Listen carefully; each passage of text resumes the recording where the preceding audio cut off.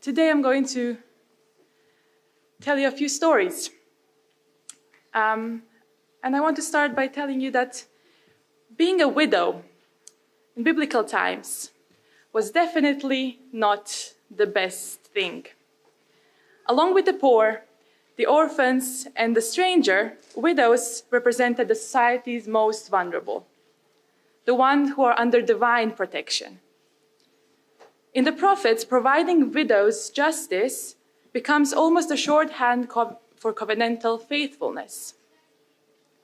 Let me tell you a story about a widow who experienced injustice and what she did about it. One day, as she was about to go on her daily routine, she realized that she has been done wrong. What exactly happened is lost in history, but we know it made her desperate. She would not be able to continue without justice for herself. Some people say it was something that had to do with finances, so she might have been in danger of losing everything that she had. She went on and asked for advice. What to do in this situation? She tried to speak to her friends in the village, and some people said, "We can lend you some money." But she wasn't sure she would be able to return it. Then some other people said, "Oh, let us try and help you find someone who can maybe speak to someone and who can help you." But nothing happened. Then she realized her only option was to go to court. You need to be aware of the fact that going to court was the last thing she would do, because at that time, her story would always be taken with a pinch of salt, with some laughs behind her back. Because in those times, men, not women, were the ones perceived as reasonable and trustworthy. So ideally, her husband or her son would go instead of her and told her story to the judge. But she had no husband and no son, so she was the one who had to go. And she thought for a while, is there anyone in my family who can help me with this? Because I really don't want to go through this experience. But as the days went on, she couldn't find anyone, and the money was running out. So she thought one day, "You're being silly. They have to help me. I remember I heard that in the Torah it clearly says, 'You shall not oppress any widow or orphan. If you afflict them at all, and if they do cry out to me, the Lord, I will surely hear their cry.'" So she thought, the Lord is on my side. She gathered up her pride. She got some confidence, chose the best clothes that she had, and the next day she prayed her morning prayer, and then she went on. She walked on the dusty road towards the court to find a line of men. She stood in the line, and soon after, she got a feeling that they were whispering. What is she doing here? Was there no man in her house? The sun became stronger and stronger as the day went on, and she held up to her courage, to the promise of the Torah. The judge will hear me. After a long time of waiting, after a lot of persistence, they let her see the judge. And she was practicing the speech the whole day as she was waiting the line. "Grant me justice against my opponent." The judge looked at her. Then he turned around and exchanged a few whispers with his advisors. And then he turned back, and she could see it in his face.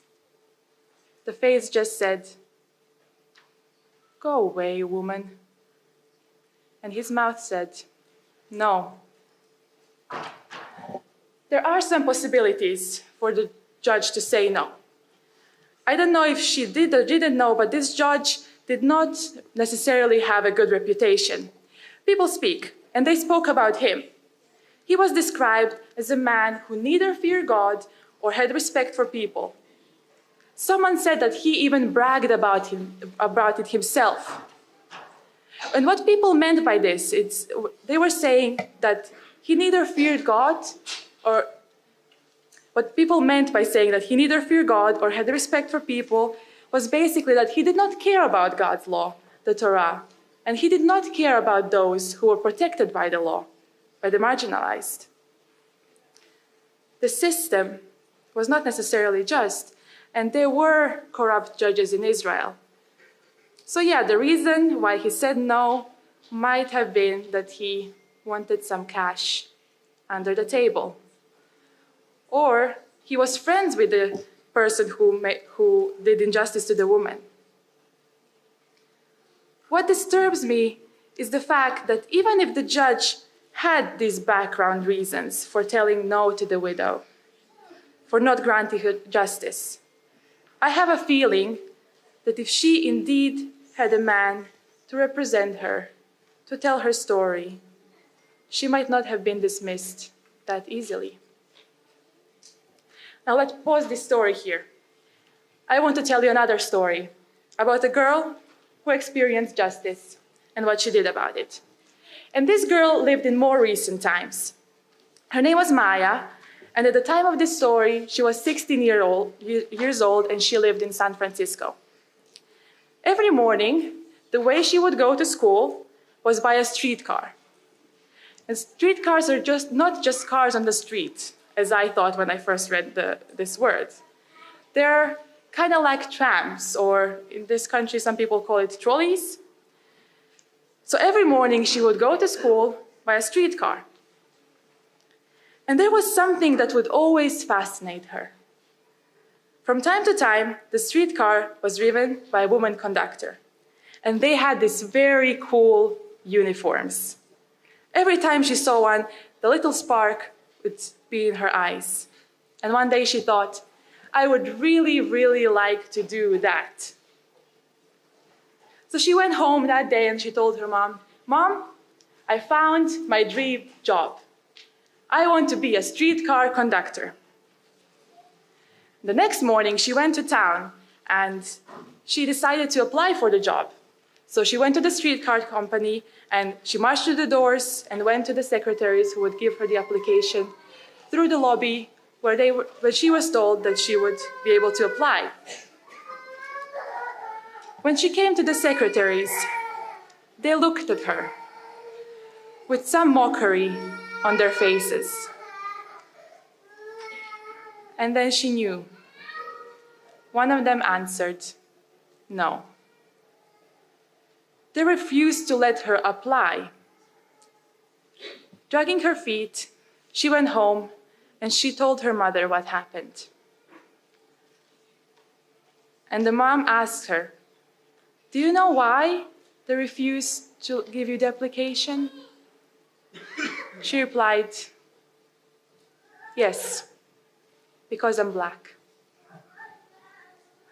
Now, if you were in the situation of either the widow or the 16-year-old Maya, how would you react to rejection like this? I know what I would do. I would be ashamed. Ask the earth to swallow me. Go back to my room, never want to come back. But even though it is not the same, and the experience that these women had, I have been feeling a bit like this recently. You see, I'm in my third year and writing my dissertation. And there are some of my classmates here who are feeling the same, and some of you might relate because you have written your dissertations in your lives. So I'm putting a lot of effort and a lot of work into these drafts, and I'm thinking, okay, my arguments are good, my structure is solid, I feel confident about this, and then I send it to my supervisor, and the comments come back. And then, even if it says, this is good, a good job, there will be that one little comment that will make me think, I just don't want to do this ever again. But nothing against my supervisor, he's great with feedback. In our stories so far, the widow and Maya's stories, I believe, the women were rejected, put down, not necessarily because their argument wasn't strong enough or because they didn't have enough qualifications. It was either because the system was corrupt and bad or because a part of their identity that they couldn't change. I know some of us can recall the feeling of rejection like that. And those of us who cannot, we should ask and listen to the stories of the people around us who know that feeling. So perhaps the woman felt this kind of rejection when they got no for an answer. But for the widow, she was desperate. The no meant that she would lose everything. So what did she do about it?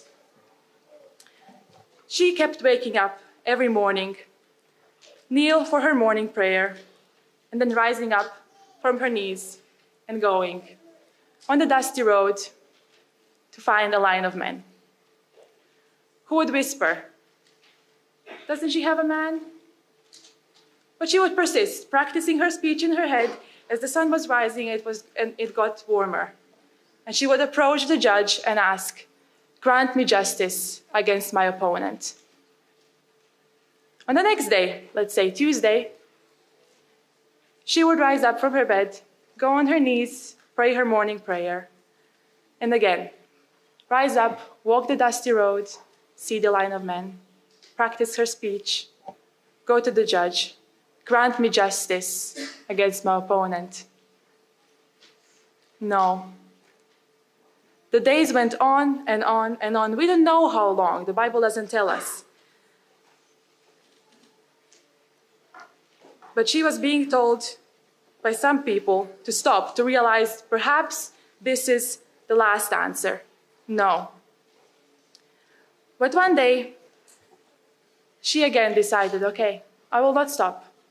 She woke up, got on her knees, walked the dusty road to the line of men, and she practiced her speech. She said, "Grant me justice against my opponent." And when the judge saw her, he thought, "Her again? Though I have no fear of God and also no respect for anyone, yet because this widow keeps bothering me, I will grant her justice, so that she may not wear me down by continually coming." What the widow learned later is that this story became famous. Jesus tells this story to his disciples. And the way Luke introduces it in his gospel is that this story was about persistent prayer, the need to pray and never lose heart.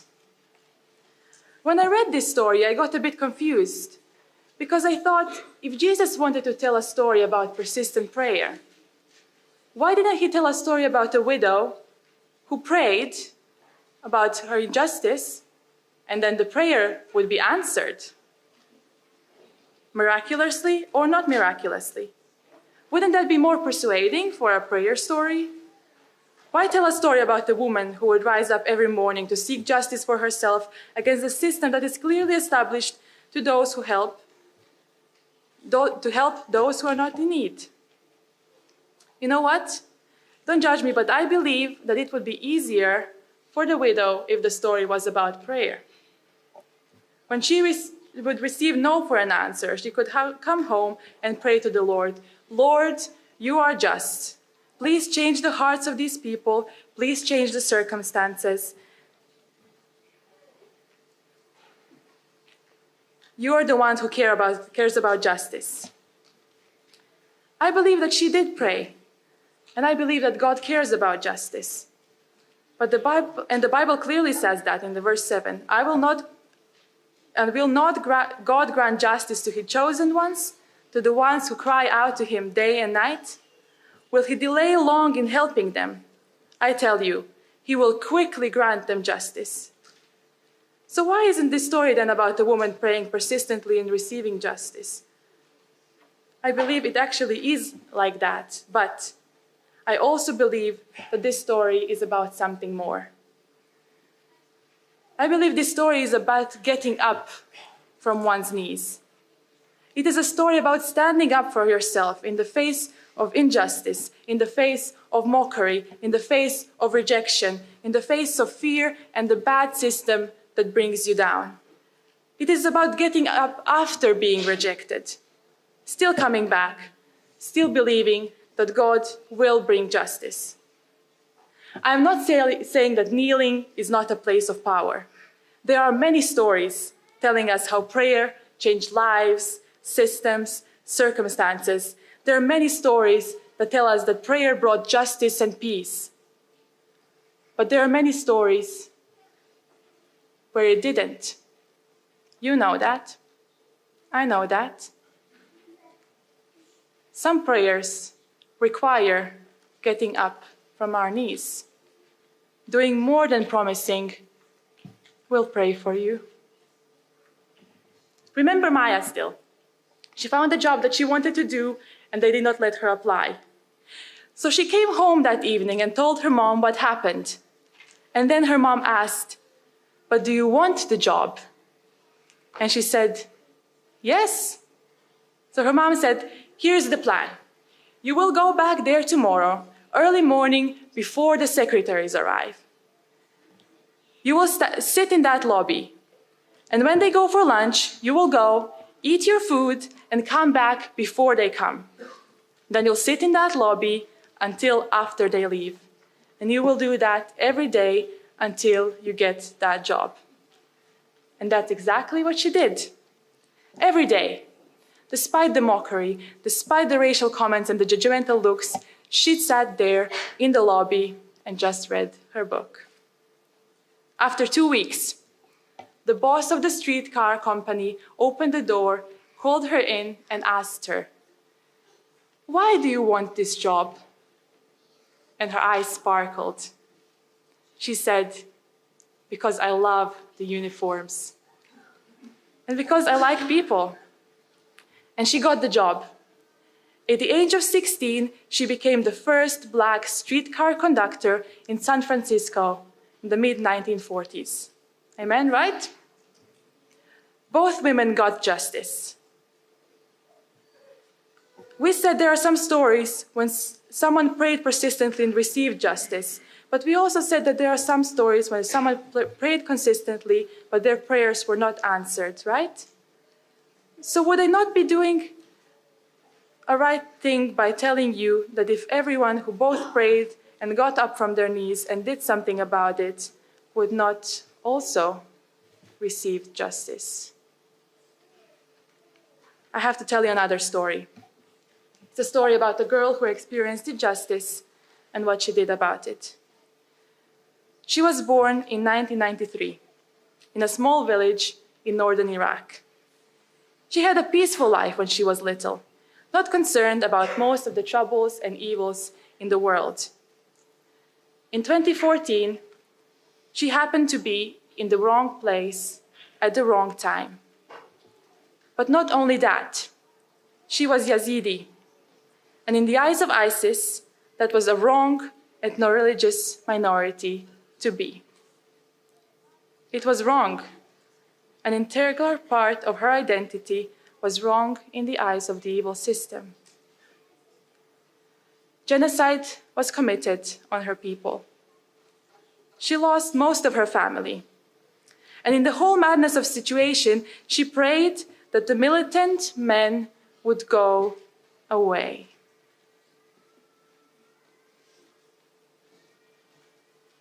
She was one of the 6,700 Yazidi young women taken prisoner by the Islamic State. It says in the report that she prayed. Last year, Nadia Muradi won a Nobel Peace Prize for her efforts to end the use of sexual violence as a weapon of war and armed conflict. This is because she managed to escape. She was welcomed to Germany as a refugee and was willing to share her story. She did something about the injustice. However, a few days ago, there was a meeting at the United Nations, and they tried to pass a resolution to combat rape as a weapon of war. Amal Clooney, who is Nadia's attorney, spoke on behalf of Nadia, saying, as Nadia recounted her experiences of losing her family and suffering sexual violence at the hands of 12 ISIS men, she never expressed fear for her life, for her safety. That day, and ever since, she has spoken of only one fear: that when this is all over, the ISIS men will just shave off their beards and go back to their normal lives, and there will be no justice. Crimes committed by ISIS against women and girls are unlike anything we have witnessed in modern times. But the question of bringing them to justice has barely raised a whisper.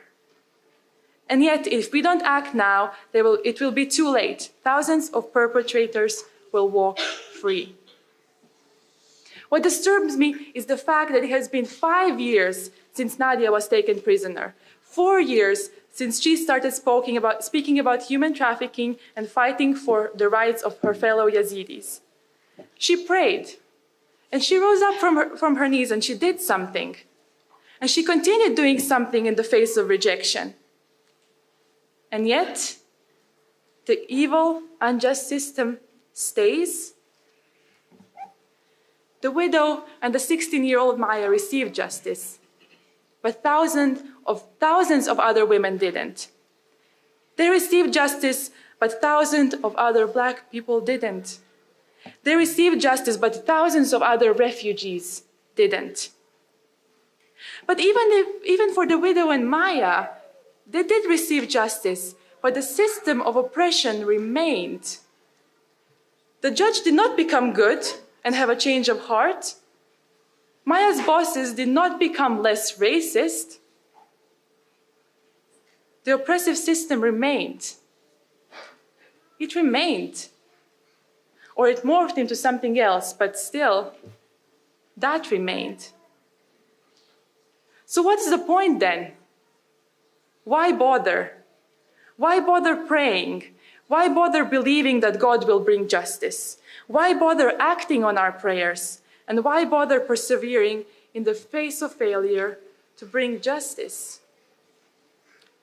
I know I'm asking a difficult question to which perhaps every one of us has to have an answer for themselves. But I will give you 2 suggestions.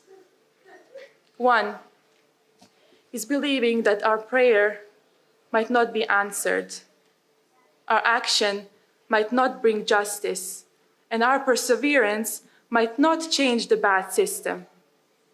But it might change us, our lives, people around us, and their lives. If one person receives freedom, if one person receives hope, if one person receives life, if one person receives justice, if one person is loved, is heard, can that be enough? I'd like to think that. The other suggestion is that you and me praying and you and me rising up and persevering for ourselves and others could be an example for many people who will look up to us. Maybe they will pray because of you and me. Maybe they will rise because of you and me. Maybe they will persevere because of you and me. Nadia serves as an example and changes lives of Yazidi women one by asking for justice. The widow from the Bible stands as an everlasting example of praying and getting up from her knees and doing something. And Maya? I shouldn't call her Maya now that I'm speaking about her as a grown woman. One friend told me that Miss Angelou can be almost like Jesus for the Black community and many people alike. She brings life, strength, and hope to many. She stands as an example of perseverance and hope in the face of the evil system that caused an injustice to nations again and again. And this is what she says. Everyone in the world has gone to bed one night or another with fear or pain or loss or disappointment. And yet each of us has awakened, arisen, somehow made our ablution, seen other human beings, and said, "Morning, how are you? Fine, thanks, and you?" It's amazing. Wherever that abides in the human being, there is the nobleness of the human spirit, despite it all. Black and white, Asian, Spanish, Native American, pretty, plain, thin, fat, vowed or celibate, we rise. You may write me down in history with your bitter, twisted lies. You may trod me in the very dirt, but still like dust, I'll rise. Does my sassiness upset you? Why are you beset with gloom just because I walk as if I have oil wells pumping in my living room? Just like suns and like moons, with the certainty of tides, just like hope springing high, still I rise. Did you want to see me broken? Bowed head and lowered eyes, shoulders falling down like teardrops, weakened by my soulful cries. Does my sassiness upset you? Don't take it so hard just because I laugh. As if I have gold mines digging in my own backyard. You can shoot me with your words. You can cut me with your lies. You can kill me with your hatefulness. But just like life, I'll rise. Does my sexiness offend you? Oh, does it come as a surprise that I dance? As if I have diamonds at the meeting of my thighs. Out of the huts of history's shame I rise. Up from a past rooted in pain I rise. A black ocean leaping and wide, welling and swelling, I bear in the tide. Leaving behind nights of terror and fear, I rise. Into a daybreak miraculously clear, I rise. Bringing the gifts that my ancestors gave. I am the hope and the dream of the slave. And so, naturally,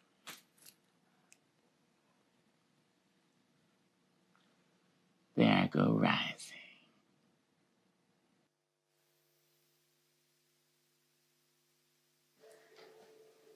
The story about the persistent widow is about persistent prayer. It is about believing that God will bring justice. But it is also about getting up from one's knees. It is a story about standing up for yourself in the face of injustice, in the face of mockery, in the face of rejection, in the face of the bad system that brings you down. It is about getting back up after being rejected, still coming back, still believing that God will bring justice. It is also a story that tells us that there are oppressive systems in place. At the time of the Bible, they were perhaps oppressive against strangers, against people with disabilities, women, widows, poor people, people of other religions. Today, is it different? I hope some things are. But if we think that everything is, I believe we need to listen more. We need to ask people around us to share their stories with us. And then use the privilege that we did not know to stand up against the unjust judges and to speak out for those who cannot rise up for themselves. God cares about strangers, women and men alike, widows, poor people, people with disabilities, people of other religions, people of skin color different than yours and mine, queer people, everyone who experienced injustice in one way or another. But Jesus says, verse 8, when the Son of Man comes, will he find faith on earth? Will he find people who believe this and who will rise for themselves and do something about injustice? Will he find people praying with conviction? Will he find people who are doing more than praying or only saying, I will pray for you? Who are rising up from their knees? Will he find people who tried many times and did not receive justice, but have changed lives of the people around them? Dear church, I know most, if not all of us, share some of the pain that was expressed in this sermon. So my challenge today to you is not big. I'm not asking you to go out there and change the world. I'm asking you to open your ears to the pain of another, to the hurt of another, to the anger of another, even if it's pointed against you and me. Still listen. Try to understand. Because in God's kingdom, there should be no place for injustice. Also, I encourage you to rise up for yourself, because you are loved and listened to by God, and if not all, some people in this community. Don't give up on asking for justice and sharing your story to neither of them, God or us. I dream of a day when Jesus will tell a story about another woman who experienced and empathized with justice, with injustice, and what she did about it. He will tell it proudly, because it will be his own bride, his church. Amen.